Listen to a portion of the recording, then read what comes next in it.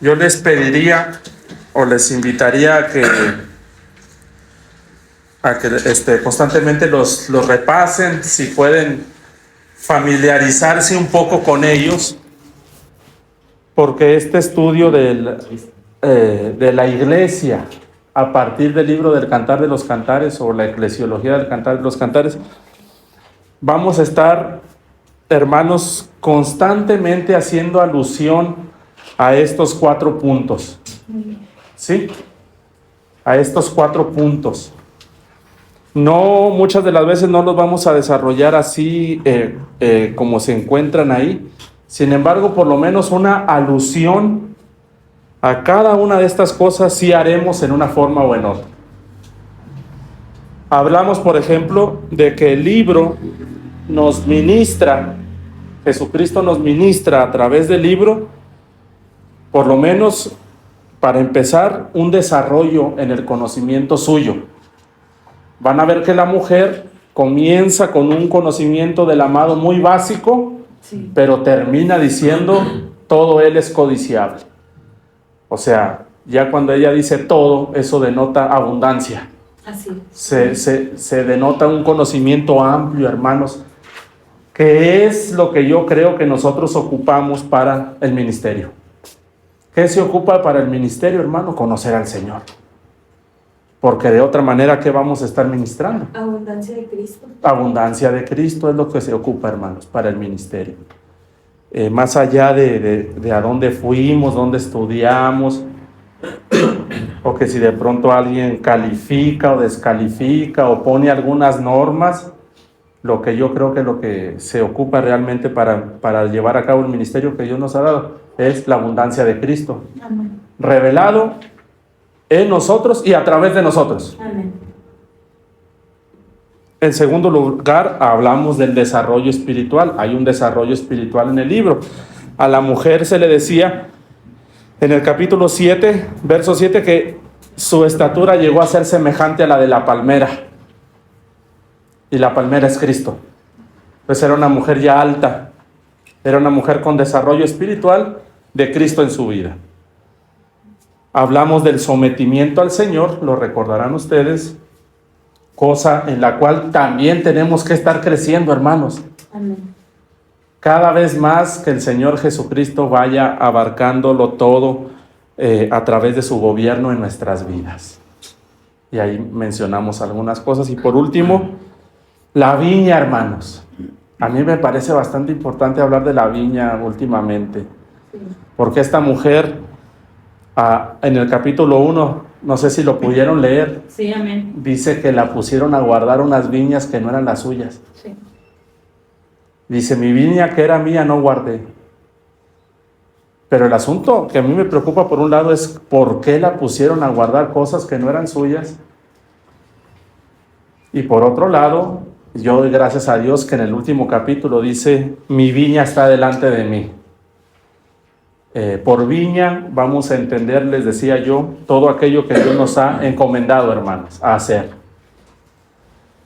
Hacer como llamamiento que Dios nos ha dado, como función, como miembros del cuerpo de Cristo. Amén. Qué importante es abocarnos a lo que Dios nos ha llamado a hacer, hermano. Porque de otra manera, creo que nos podemos desviar en muchas formas. Pero creo que para eso Jesucristo nos quiere guardar. Nos quiere guardar. Hoy vamos a ver, les digo ya para cerrar esta breve introducción, yo les invitaría a que constantemente se relacionen con estos 4 puntos porque, insisto, estaremos haciendo alusión una y otra vez a estos elementos. Y de hecho hoy hermanos, hoy vamos a ver cómo la mujer amada tuvo un desarrollo espiritual muy notable respecto a lo que ella amaba. A lo que ella amaba, hermanos. Probablemente esta lección, porque es un bosquejo a doble cara, lo vamos a desarrollar hoy el jueves. Es lo más probable que no vamos a alcanzar a abarcar todo el contenido. En caso de que no podamos, yo les pediría que trajeran esta hoja el jueves. El jueves. Entonces seguimos hablando acerca de la iglesia a través del libro del Cantar de los Cantares. Ahora, para comenzar, yo quisiera que viéramos un pasaje que se encuentra en el libro de Juan, capítulo 20, verso 19 y 20.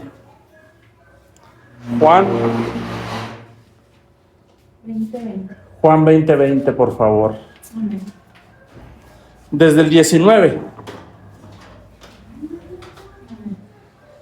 Cuando hablamos de eclesiología, como todo lo relacionado con el Señor, hermanos, tiene que ser recibido a través de revelación.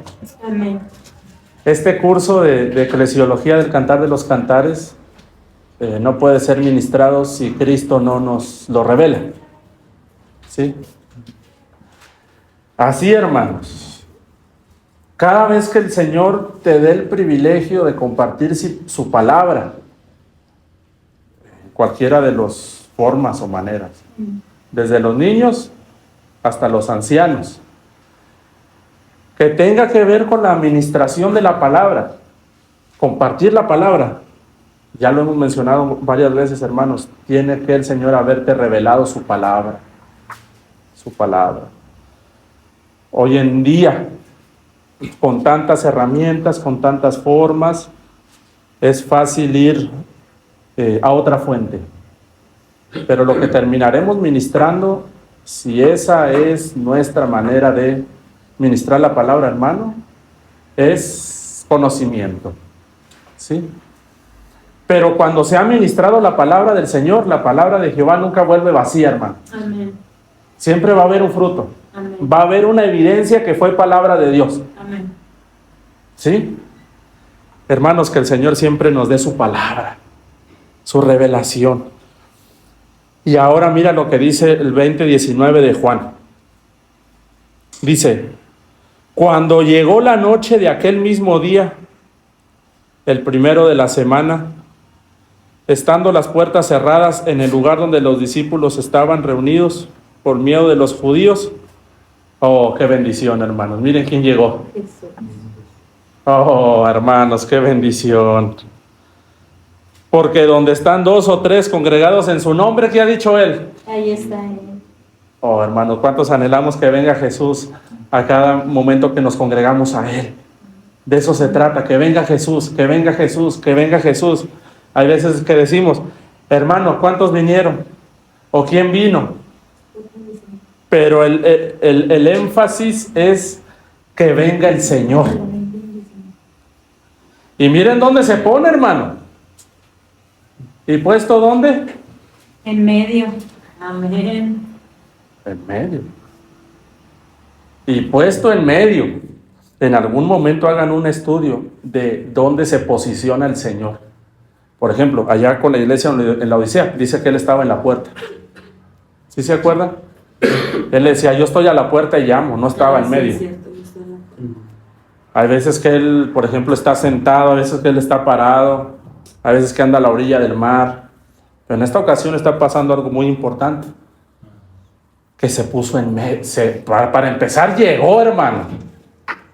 Eso quiere decir que tal vez en ocasiones, muchas veces nos hemos reunido y no llegó el Señor. Pero de lo que se trata es que nuestro Señor venga y se ponga ¿dónde? En medio. Amén. Como centralidad de nuestras reuniones, hermano. Amén. Él es el centro. Cada vez que nos reunimos, el valor de esa reunión no es, en primer lugar, que estemos ahí los hermanos, es que Él está en medio, hermano, de nosotros. Él está en medio de nuestros corazones. Y de esa forma, cuando los hermanos se reúnan, Él va a estar en medio. Estamos hablando los domingos de una serie acerca de las bendiciones que hay cada vez que nos reunimos como iglesia, hermano. Y son bastantes. Para empezar, lo que debemos de traer. Porque dijo Pablo que cada vez que nos reuníamos, cada uno de ustedes tiene. Y no estoy hablando de cosas materiales, estoy hablando de aquello espiritual que Cristo nos ha dado, para que al momento que nos reunamos, cada uno pueda ofrecer a su Señor y posteriormente de lo que Dios nos ha dado para edificarnos los unos a los otros, pero siendo Cristo en medio. Amén, claro. Y qué bendición que se reúna un pueblo cuyo corazón está identificado con la centralidad de Cristo en él. Hermano, eso es una bendición. Porque hay veces que nos reunimos y sí somos pueblo, pero la pregunta es, ¿y Jesús está en medio de cada corazón? Es la centralidad. Y que yo creo que cuando pasa eso, hermano, hay una bendición muy grande. Amén. Pero qué desafío que Jesús sea el centro de cada corazón. ¿No anhelamos eso para la iglesia, hermanos? Amén. Yo anhelo eso para los hermanos que aquí se congregan. Señor, que seas tú el centro de ellos. Para que cada vez que nos reunamos, verdaderamente tú estés en medio de nosotros. Amén. Y les dijo, ¿qué les dijo, hermanos? Paz a vosotros. Paz, hermano. Esa es una bendición, hermano, grande cuando nos reunimos. En su abundancia y en su misericordia, el Señor sí nos bendice cada vez que hay una reunión de los santos. Y por lo menos el Señor nos ministra algo, nos ministra paz. Y ustedes sabrán cuántas veces nosotros llegamos a una reunión y llegamos con situaciones. Y probablemente la situación después del culto no terminó. La situación personal, familiar, ministerial. Pero sí nos vamos con algo. Después de que Jesús ha estado en medio, nos vamos con paz. Una paz que sobrepasa todo entendimiento, hermanos. Entonces el hermano que no se reúne, sí pierde. Sí. Sí pierde. Por lo menos perdió la porción de paz que Cristo tenía para él ese día. Si hay pérdida cada vez que, por eso la palabra dice, no dejando de qué, hermanos, Congregarnos. congregar, porque hay propósito cuando nos congregan. Pero ese es otro tema, pero ya viene lo que les quiero comentar respecto a la eclesiología. Y mira, y cuando les hubo dicho esto, mira qué bendición de nuestro Señor, les mostró, verso 20, mira lo que les mostró, les reveló. Así es. Y estas dos cosas son muy importantes, hermano. Les muestra dos cosas, las manos y les muestra ¿qué? El costado. El costado, hermanos. Cada vez que se ministre eclesiología, aquel siervo, aquel hijo de Dios que vaya a ministrar eclesiología en cualquiera de sus formas, el Señor Jesucristo le tuvo que haber mostrado su costado. ¿De dónde fue tomada la mujer? Adán y Eva, ¿de dónde fue tomada la mujer? Costado. ¿Verdad que sí? La costilla creo que la tenemos en un costado, ¿verdad? Sí. Y me ha estado hablando mucho mi Señor acerca de las manos, de sus manos y su costado. Sus manos es su obra, hermano. Si a alguien le interesa, a cualquier siervo de Dios, cómo hacer la obra, el Señor le tiene que mostrar sus manos. Porque con sus manos, Él hizo la obra del Padre. Pero cuando entramos al terreno de la eclesiología, el Señor nos tuvo que haber mostrado el costado.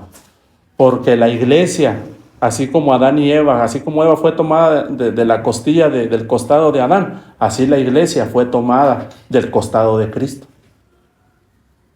Y ahí fuimos sacados, somos su costilla. Y de ambos ha hecho uno. De tal forma que cada vez, insisto, que se habla de eclesiología, ocupamos revelación de todo lo que implica, todo lo que envuelve, todo lo que hay en ese costado del Señor. ¿Me doy a entender, hermanos? Y a partir de ahí es que podemos ministrar, creo yo, la eclesiología del Cantar de los Cantares. Somos miembros de su carne, de sus huesos, así lo dice la palabra. Amén. Para este curso lo que ocupamos en cada clase es revelación de su costado. porque en ese costado podemos entender lo que el Señor ha permitido que la iglesia sea y que la iglesia haga por gracia. Por gracia, hermanos, por gracia del Señor. Amén. Por tal motivo, hoy vamos a hablar entonces de este título, de este tema 2, a partir de esto que les he comentado, y estaremos hablando hoy de los amores de la mujer amada, en este caso de la iglesia. Ahora, les puse ahí en el bosquejo Cantar de los Cantares, capítulo 4, verso 10. Cantar de los Cantares 4:10. Que el Señor nos siga revelando su costado, hermanas, para poder entender lo que la iglesia es y lo que a la iglesia el Señor le ha permitido hacer. Amén. A partir de Él. ¿Sí? Amén. No es un estudio de la iglesia aislado de Cristo, porque eso ya sería una especie de humanismo. Que sí hay una doctrina, por lo menos que yo he escuchado y que yo recibí por muchos años, donde se dice, y aisladamente de Cristo, consciente o inconscientemente, y se nos insistía mucho acerca de, por ejemplo, conoce tu identidad. Conoce tu identidad, y nos daban un montón de versos donde nos decían todo lo que éramos, que los reyes y los sacerdotes, que los hijos amados, y era recitarlos. Yo soy amado, yo soy rey y sacerdote, yo soy hijo de Dios, pero lo que yo percibía muchas veces es que eso era separado de Cristo, eso era una enseñanza sin que el Señor había mostrado el costado, por tantos vientos y tantas corrientes que hay hoy en día. Así es. Y se mostraba y se enseñaba esa clase como nuestra identidad. Y muchos se hacían a veces con psicología para tratar de mejorar el autoestima de uno. Y si había un hermano que de pronto no se le quedaba nada en las clases y en los exámenes sacaba puro 5 o puro 6 o no se memorizaba los versos, le decían: hermano, usted lo que tiene que hacer es todos los días declare que tiene la mente de Cristo. Y allí estaba el pobre hermano, o hasta a veces yo tengo la mente de Cristo, yo tengo la mente de Cristo. Y seguía igual lo peor. Pero hermano, ya viendo ese verso de la mente de Cristo, si uno lo analiza con la ayuda del Espíritu Santo, Pablo está diciendo, nosotros tenemos la mente de Cristo. ¿Y quiénes eran? Pues era Pablo y los colaboradores. No todos tenemos. Que la mente se está formando, pero eso se hacía más, hermano, como una especie de técnica para mejorar el estado de uno caído. Sin embargo, lo que les digo, para poder entender la eclesiología tiene que ser el Señor mostrando el costado, revelando todos los misterios que hay tocante a su amada iglesia, hermanos. A su amada iglesia. Les digo, lo que el Señor nos ha permitido ser y hacer por gracia. Capítulo 4, verso 10. Este solo verso a mí me impresiona mucho.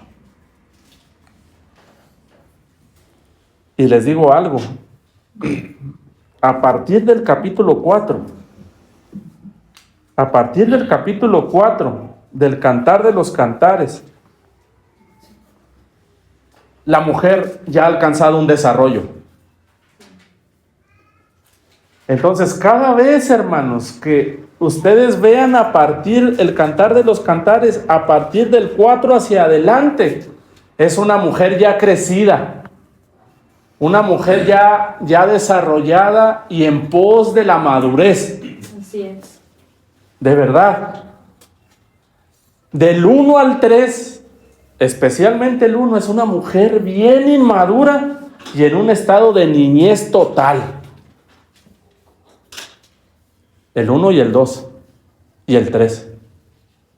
Bueno, en el 3 empieza a enderezar el asunto, pero el 4, si ustedes lo leen desde el 1, la mujer ya muestra un crecimiento, un desarrollo de Cristo en su vida, hermano.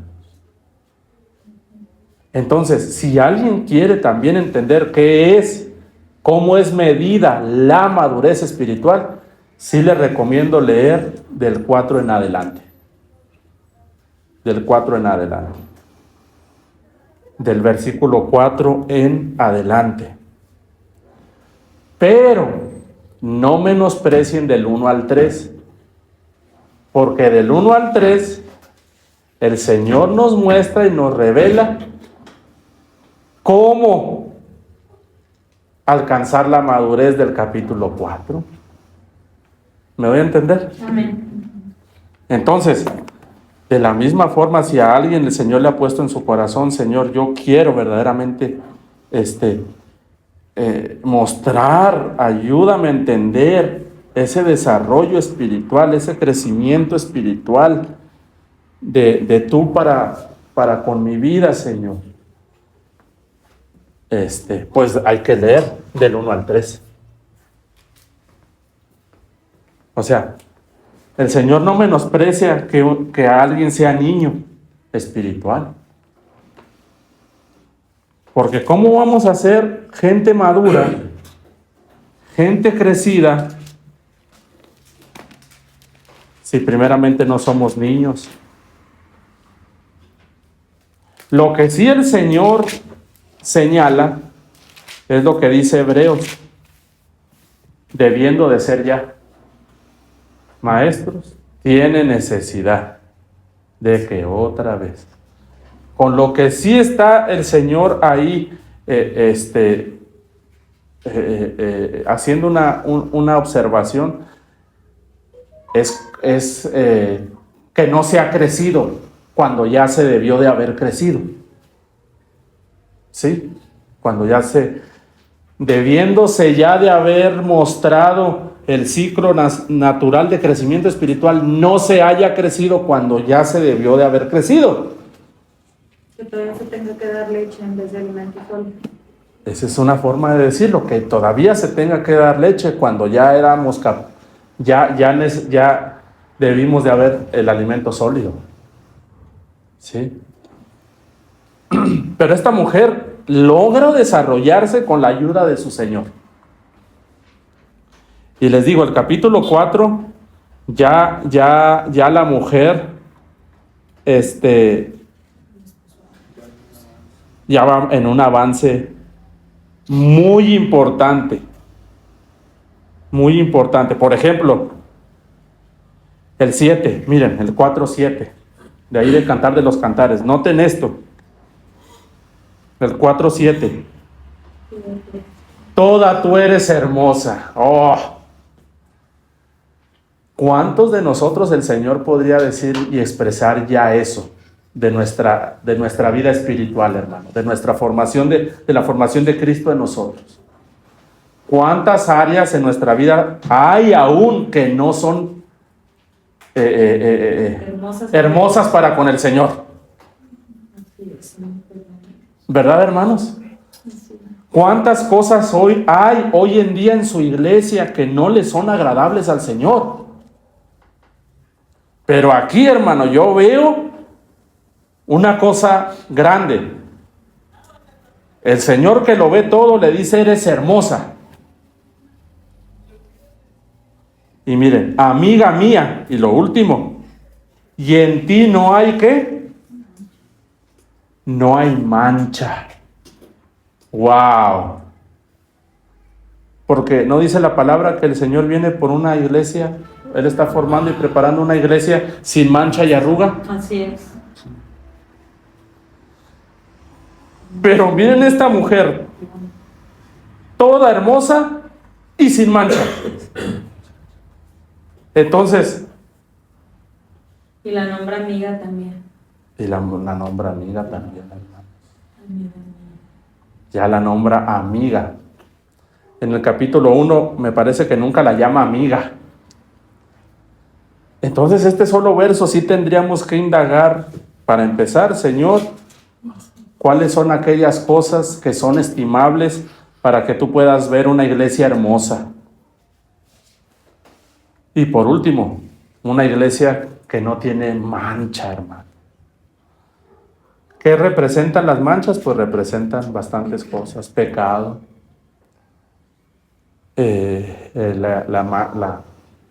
De sus hijos es la mancha, dice. Las manchas también representan las falsas doctrinas. Allá en la epístola de Judas, si ustedes la leen. Y en Pedro me parece que le dice a ciertos hombres, es que estos carnales que andan diciendo puros disparates son manchas en tus ágapes. Entonces la iglesia, las manchas también son las falsas doctrinas. Una vez lo estudiamos aquí, profundizamos qué son las manchas, y las manchas son las falsas doctrinas y las falsas enseñanzas y los falsos maestros. Y hoy es muy probable que seamos una iglesia manchada, porque cuántas doctrinas no hay, que no es la sana doctrina. ¿Y quién es la sana doctrina? Jesucristo. Jesucristo es nuestra sana doctrina. Con este antecedente de crecimiento, miren lo que le dice ahora en el verso 10.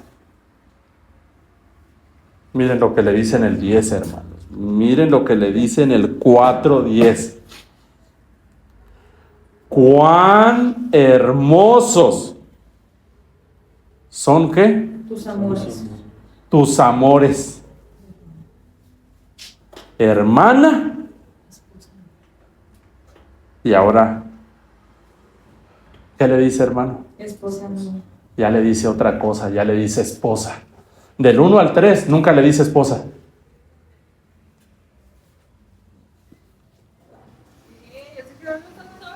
No se dice que vienen las bodas del Cordero y que nos vamos a casar.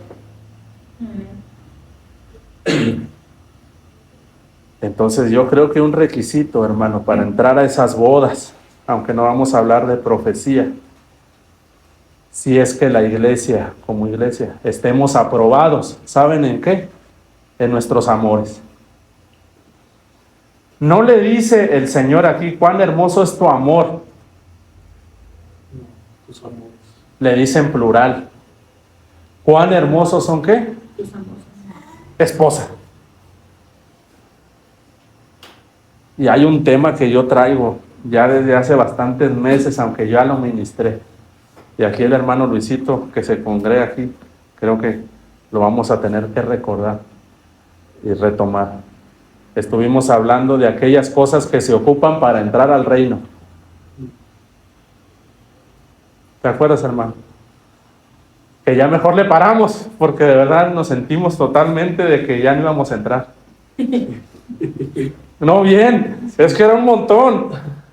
Y aquí, hermano, cuando hacemos los estudios, los hermanos tienden cuando se acaba la enseñanza, hay participación, porque la palabra dice, si alguno tiene doctrina, comparta la doctrina. Si alguno tiene salmos, si alguno tiene, pues hay hermanos que durante la enseñanza el Señor les da doctrina, el Señor les da revelación, y yo siempre los insto a que lo compartan. Entonces unos hermanos de pronto le empezaban a añadir más. Sí. Y más. Y ya mejor se llegó el tiempo que ya íbamos allá a Estados Unidos y ya le paramos ahí y luego ya empezamos a leer otra. Pero es algo que viene constantemente a mi vida, porque son bastantes cosas. Por ejemplo, si tu justicia no es mayor que lo de los fariseos, no entras. Si no eres como un niño, condición de... Si no somos como... Esa es otra. De pureza. Pero por ejemplo en los fariseos, hay veces que tanto que, y verdad, porque sí eran bien tremendos, pero el Señor en ese verso no los descalifica, le dice, tu justicia no es mayor que la de los fariseos, no entres. Entonces sí hay que darle una revisada positivamente a los fariseos. Y luego dice, si no eres como niño, no entras. Si no os hacéis y volvéis, tampoco entras. Y yo les decía a los hermanos, ¿y cómo se hace eso? Porque si no estamos ahí con la ayuda del Señor, yendo en pos de eso, a alguien que me explique entonces qué es lo que va a ocurrir. Porque dice, no van a entrar al reino. Y se lo está diciendo a los discípulos, no a los inconversos. Bueno, con eso en mente me parece que aquí la iglesia que es calificada ya previamente como esposa es aquella iglesia a la cual el Señor puede ver que sus amores son hermosos. Hermosos son tus amores. Y esto entonces, por eso es el motivo de este tema. Hay que entonces abordar o profundizar un poco en nuestros amores, hermanos. En nuestros amores. De tal manera entonces que el amor es una característica de la madurez también espiritual. Pero como estamos hablando de eclesiología, una de las cosas que revisa el Señor constantemente en nuestras vidas, que le está dando una checada cada vez que Él visita el huerto, es cómo andan nuestros amores. Y yo me he estado viendo confrontado en estos días, porque es como si... ¿Cómo se dice eso de pronto que hacen en las empresas, hermanos? Ustedes que están en empresas, que es como un inventario, que, ¿cómo se dice? Auditoría. Sí, auditoría. En el último trabajo en el que yo también estuve, iban a hacer auditorías a veces el cliente más grande y principal, que era una planta de acá del sur, y ya sabrán, ese día hasta gafé nos poníamos, hermanos. Sí. Y a limpia. Sí, escondan lo que se desee y luego ya. Y hasta todos se reían con todos. Y ya se veían bien felices. A pesar de que estaba bien cansado el turno. Pero nos decían, no, entre semana va a venir la auditoría. Preparados. Y aprendes de la política. Sí.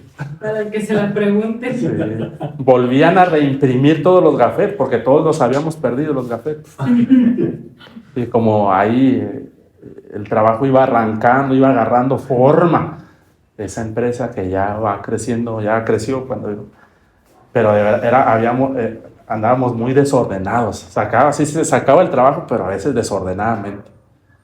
Pero ya se empezó a agarrar más formalidad y nos empezaron ya a decir que ya había auditoría. Y no, ese día todos llegaban temprano, todos checaban, ya se limaban, aunque sea esa semana, las asperezas que todos traían con todos. Los gafés, hasta nos poníamos los gafés y todo. Y en verdad que sí venían a hacer auditoría, hermanos, sí la hacían. Sí, peinados y todo, Sí hacían la auditoría porque ya empezaban a checar que si había espacio, que si era seguro, que las cámaras, que si estaban todas funcionando, porque pues les movías su material, su dinero, y muchos miles de pesos, etc. Y pues sí andaban. Pero hay veces que yo creo que nuestro Señor sí viene y a ver cómo está el huerto. Y yo a veces que nos hace el Señor unas micro auditorías, primeramente personales, pero la mayoría también de nosotros que el Señor nos ha llamado al ministerio, también nos hace una auditoría a veces al ministerio, a la familia, al matrimonio, y que el Señor nos permita estar preparados. Yo agradezco al Señor por esta palabra, porque como le digo a los hermanos, esta palabra es de preparación. Amén. Y entonces sí hay que ponerle atención. Ahora, vamos entonces al punto primero. Estos amores que el Señor reconoce en su esposa, en su iglesia, en su amada, tienen un trasfondo. O sea, el Señor se quedó de verdad reconociendo esa virtud, hermanos, esa virtud de ella. Y le decía, fíjense, el Señor le dice, son hermosos tus amores. Es como que cuando hacen la auditoría, oh no, sí tienen el City Pat. sí tienen, sí tienen. Y todos se sentían, hermanos, satisfechos y contentos, porque la auditoría había salido bien. Y hasta de pronto sí decían ahí, no, miren esto que aquel Señor tus amores. Ahora, esos amores realmente son los amores del amado. Realmente, hermanos. O sea que esos amores verdaderamente han llenado la vida de su amada. De tal manera que la han inundado para que posteriormente ella los pueda, ahora sí digamos, que aterrizar, recibir y también, no solamente teóricamente, sino que fueron una realidad, hermanos, una realidad. ¿Cuántos necesitamos más realidad del Señor en nosotros, hermano? Yo sí necesito más realidad del Señor. Ahora, ¿por qué les estoy diciendo esto? Porque en el Cantar de los Cantares 1:2,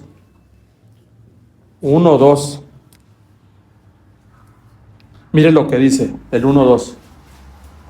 Aquí está hablando la mujer. En el capítulo 1 está hablando la mujer. Y ya les dije que capítulo 1 en qué situación espiritual está ella. Y miren lo que dice en el 2. 1:2. Si él, está hablando aquí, la mujer está hablando. Si él me besara. Con besos de su boca, observen lo último. Porque mejores son, ¿qué?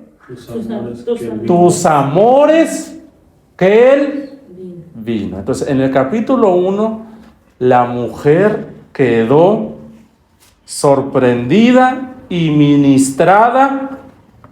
Yo diría que ella comenzó a ver el costado de su amado respecto a los amores del amado. ¿Me doy a entender? Aquí está hablando, les digo, la mujer, y ella ve algo. Dice, mejores son tus amores. O sea, la mujer diciéndolos a su Señor, a su amado, mejores son tus amores que el vino. O sea, le impresionan los amores de su Señor. Le impresionan los amores de su Señor. Queda algo aquí, es una incógnita que yo le tengo.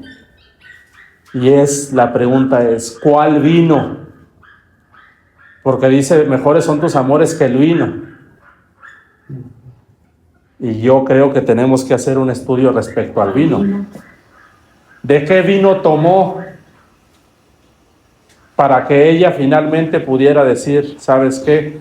Tus amores son mejores que de lo que he estado bebiendo. Por eso Pablo nos dice que no nos embriaguemos con qué, hermano. Con el vino en el cual hay disolución. Y no solamente es el vino natural, el vino es una representación de lo espiritual. Ya lo mezclé con el otro estudio de Babilonia, de donde dice el vino. Sí, cuando estuvimos hablando de Babilonia, ustedes recordarán que Babilonia tiene un vino. Sí. No, Nabucodonosor, lo primero que hace cuando llega Daniel y sus amigos, no les da un vino. Sí. Y unas comidas. Pero Daniel dice que propuso en su corazón no contaminarse con ese vino. Aquí en el capítulo 1, verso 2, la mujer viene, hermanos, viene en un estado, diría yo, en un mal estado, en un estado de intoxicación. ¿De dónde tomó? Pues del vino que no es del Señor.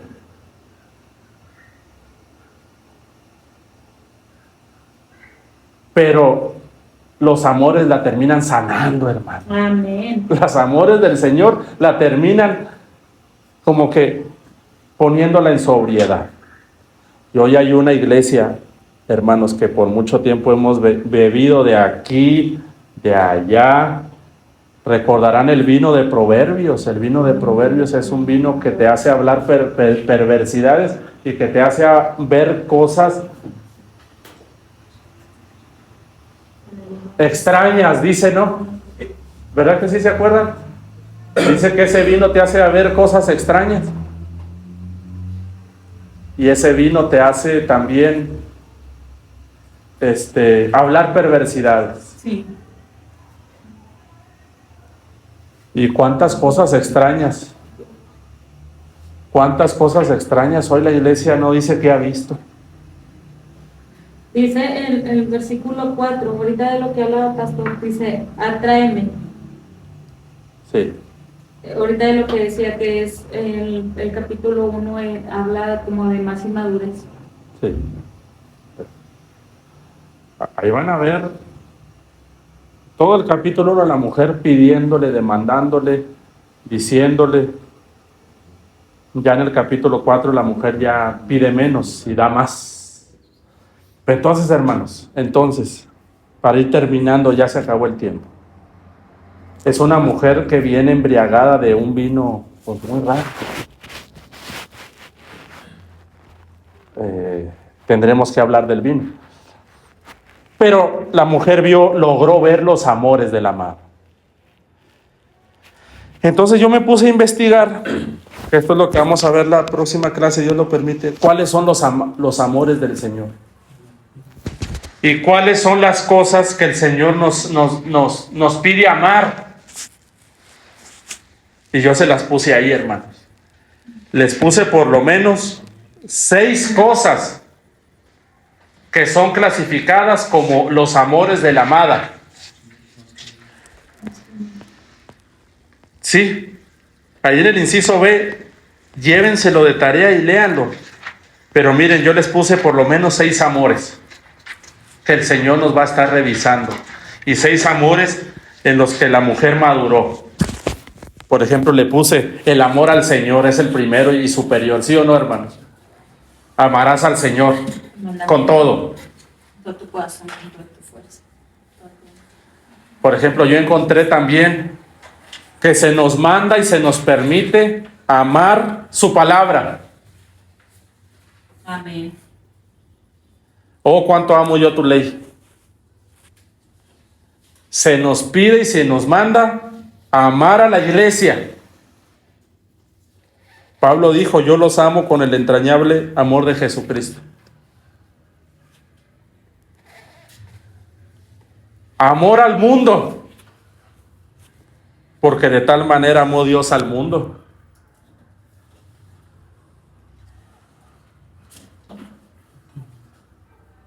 Romanos 11:28, amor a Israel.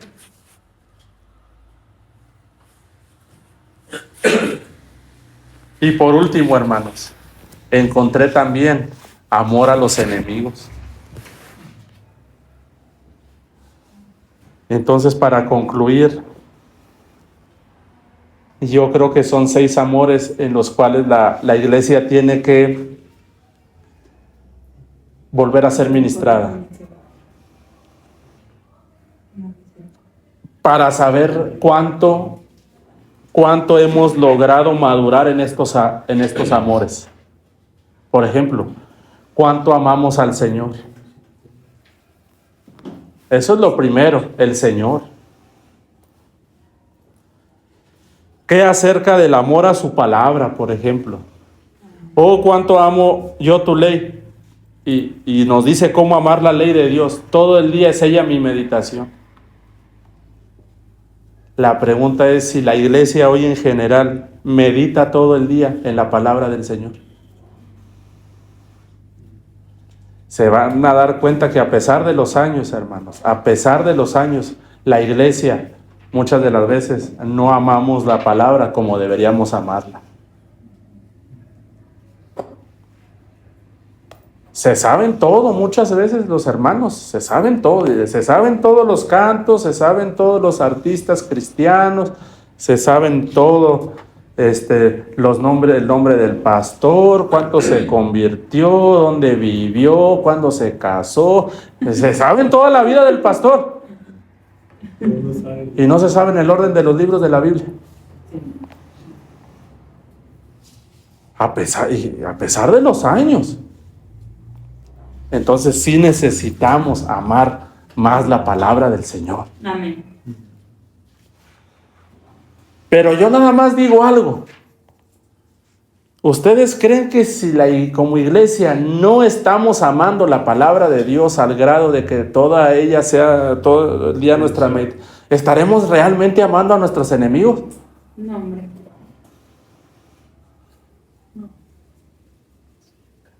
Yo nada más creo. Les pregunto a ustedes, si realmente no estamos amando al Señor como Él quiere ser amado, con toda nuestra alma, con toda nuestra mente, con todas nuestras fuerzas, ¿verdaderamente estaremos amando a la iglesia? No se puede. ¿Verdaderamente estaremos amando al mundo?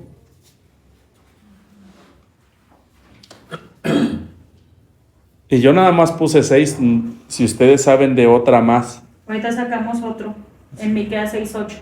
Les Amar digo, misericordia. así nos pasó esa vez, le iban sumando.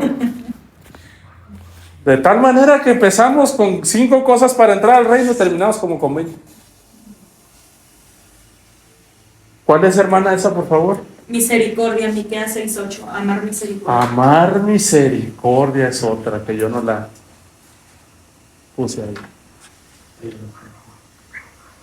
Entonces, hermanos, porque ya estamos justo en el tiempo, que el Señor nos permita realmente reflexionar acerca de estos amores en nuestra vida primeramente y decirle al Señor, Señor, ¿qué acerca de mis amores? Esa mujer la libró porque le dijo, auditoría pasada, muy bien, hermosos, pero en cuanto a mí como hijo, como siervo del Señor, ¿qué diría el Señor hoy acerca de mis amores? ¿Qué diría el Señor hoy acerca de mis amores? Y en segundo lugar, ¿cómo el Señor está viendo hoy en día los amores de su iglesia? Allá en Apocalipsis, para empezar, has dejado tu primer amor. Ya con eso, Pues ya se dejaron todos los amores. automáticamente, cuando dejas el primer amor, se derriba todo por su propio peso. Entonces, algo que el Señor revisa constantemente en su iglesia es sus amores.